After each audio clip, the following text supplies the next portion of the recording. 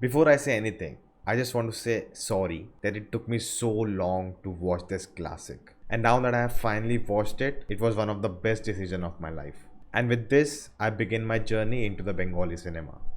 Hello guys, I'm Nona Prince and today we'll be talking about Satyajit Ray's The Apu Trilogy, which includes Panchali, Aparajito and Apu Sansar or The World of Apu. It was written, directed and produced by Satyajit Ray himself. The music was by Pandit Ravi Shankar, cinematography by Subrata Mitra, edited by Dulal Datta, and throughout the three films Apu was played by Subir Banerjee, Pinaki Sen Gupta, Smaran Ghosal and Soumitra Chatterjee. Now the reason that I am reviewing all three together is because I felt the three films are so interconnected and it's a story of one single person through these three films. I know there are so many things to talk about in each film and I don't think one video is enough to do that. So in this video I'll just go through the common themes between the films and the story of it. Now if you want more detailed video about the films, let me know. We can do a live session and invite guests and talk about the trilogy. Also we have a Discord server of the channel. We have a great community. We watch films together. We talk about films all day. So if you want to be a part of it, join us. Link will be in the description. And we need more Bengali recommendations, so do help us out.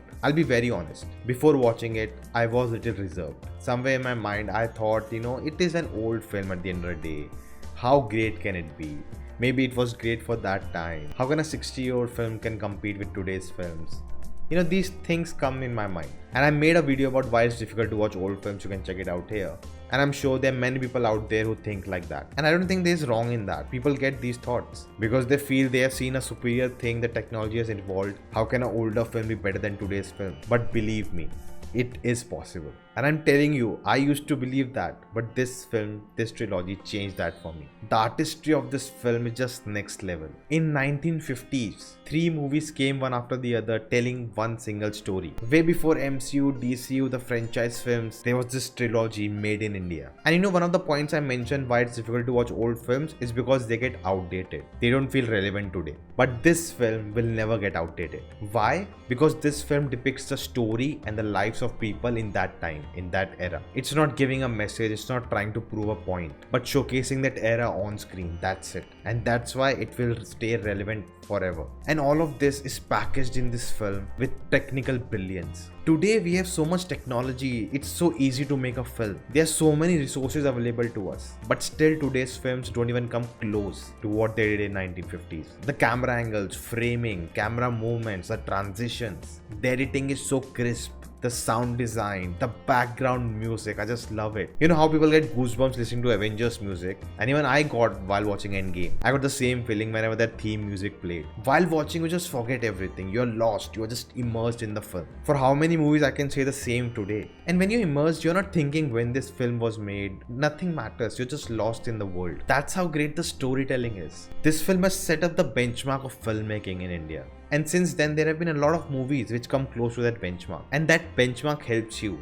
to distinguish between a good film and a great film. And this trilogy let you dive into history too. The story is set in pre-independence era and I didn't realize that until the second movie, which starts with sometime in 1920s. We have seen a lot of movies set around the freedom struggle, around the independence, but I always had this wish to see what was the life of common people that time, before their independence, what was going on, how was their day-to-day life, because not the whole Indian population was on road going against the British, asking for independence. There was this freedom movement going on, but there were also people who were just living their lives. And I wanted to see that too and explore that. And this trilogy gave me that. If you notice, we don't see a single Britisher throughout the three films. And that's the reason I didn't realize it's set before independence. Only in the third film we get the idea of freedom struggle. In the first scene we hear the pro-freedom slogans outside, but we never see them. And later in the film we hear this English accent dialogue, that too off screen, and we understand, oh, there's some British calling out. And apart from that, nothing. Now if you're someone who hasn't seen the trilogy, go watch it.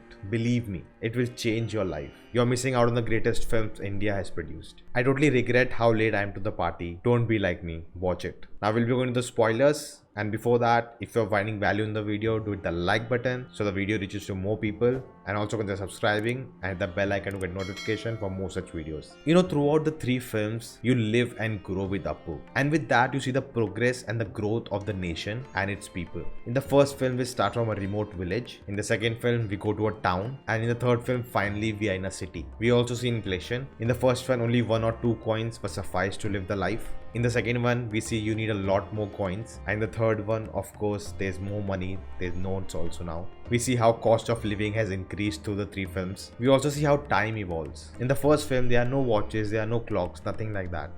We never know what time it is. It's just morning, afternoon, evening, night, that's it. In the second film, when Apu grows up and is going to school, he constructs a mechanism in his own house which tells you the time of the day through the shadow you get through the sun. And in the third film, we see a clock as well as a watch on Apu's hand. These are so small details but make so much sense. We also see how nature is evolved. In the first film, it's pure nature. They are just mud houses in the village, that's it. And to see metal and railway, both brothers and sisters have to travel a long way to go and see it. It's very far from their reach. And as we go to the next film and new places, the metal keeps coming closer to them. In the second film, you can see the railway track and the trains going just from the house. And in the third film, the railway tracks are just next to the house. We see the industrializations happening. We see a lot more of concrete, industries, factories, smoke in the later films. And all this is encapsulated in the story so well. Each of the films I love for different reasons. In Pathar Panchali, you see the village life. You see the brother-sister relationship and how they spend their time. Because for me, there's nostalgia. I remember my days with my sister, how we used to spend time in our holidays. We didn't have phones or laptops or YouTube, nothing like that. We did nothing close to what we see in the film, but it was a good time. Aparajito was very relatable to me. We see how Apu grows up and starts moving away from his mother. We see the growing generation gap between them. We see how the priorities change over time. Now Apu wants to study more, he wants to live his life, and the mother just wants him to stay with her. And we see that struggle. In Apu Sansar, we see the struggle of an artist. Again, something very relatable. You know, even Apu's father was a great writer, but he could never publish his work. We see in the first film, at the end, he just throws away his writing because he thinks it's not worth it. He's unable to serve his family, he lost his daughter. What's the point of all this? And from his father's era to his era, nothing has changed. And even today, there are a lot of opportunities, but nothing has still changed. Love the chemistry between Aparna and Apu. I just loved Sharmila Tagore as Aparna. I was just in awe of her. And then came the sad reality, which I never saw coming. I was heartbroken. How much will Apu go through? First he lost his sister, then his father, then his mother. And now that he finally had someone, oh my god. This was Ye Dukh Kaye Khatam Nahi Hote before Masan made it cool. You know, after watching the 3 films, you see that life was not easy back then. People had to go through so much, the struggle. If we are going through the pandemic, people were going through the partition. Before that, people were going through invasions. And that shows us that struggle has been a part of life and will always will be. There is no running away from it. There'll never come a perfect time. We just have to take inspiration from them and do what we can with our time. We have to live on.